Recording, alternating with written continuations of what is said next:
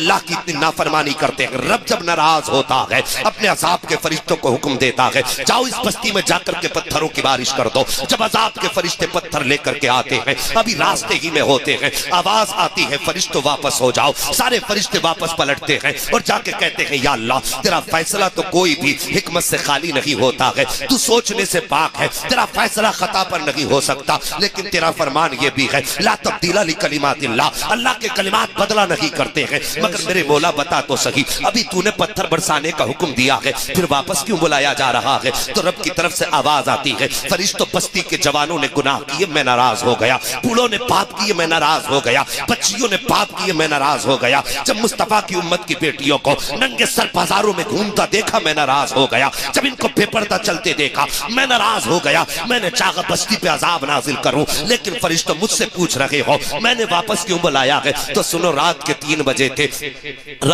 بجے تھے، مدرسے کا صحن تھا، ایک چھوٹا سا قرآن پڑھنے والا بچہ اٹھا ہے، رات کے سناٹے میں اٹھنے کے بعد اس نے سردی کی رات میں ٹھنڈے پانی سے وضو کیا ہے اور وضو کرنے کے بعد مصلی بچھایا ہے اور میرا قرآن لے کر کے بیٹھ گیا ہے۔ اس نے کہا تھا بسم اللہ الرحمن الرحیم، اے فرشتوں اس کی زبان سے اتنا جملہ نکلا ہے میرے دل فوراً میرا ارادہ بدل گیا ہے، فوراً میرا دریائے کرم جوش میں آیا اور میں نے یہ فیصلہ کیا جس زمین پر بیٹھنے والا 8 سال کا بچہ مجھے رحمان اور رحیم کہہ کے پکارے میں اس زمین پہ عذاب اتاروں، یہ میری غیرت کو گوارا نہیں ہے۔ اے فرشتوں گواہ ہو جاؤ اس قرآن پڑھنے والے کے صدقے میں نے اس کی بھی خطائیں معاف کر دی ہے اور اس کے بستی میں بسنے والے سارے جوانوں کو معاف فرما۔ سبحان اللہ سبحان اللہ۔ اساکید جب ایک بچہ بسم اللہ پڑھتا ہے تو اتنا ثواب ملا کرتا ہے، ایک بار بسم اللہ پڑھے تو بستی کا عذاب ہٹا دیا جاتا ہے۔ ذرا حساب تو لگاؤ اس میں کتنی بار بسم اللہ پڑھی جاتی ہوگی، کتنے بچے ایک آیت کو بار بار لوٹاتے ہوں گے۔ اللہ کی قسم فرشتے بھی کہتے ہوں گے مفتی صاحب مبارک ہو،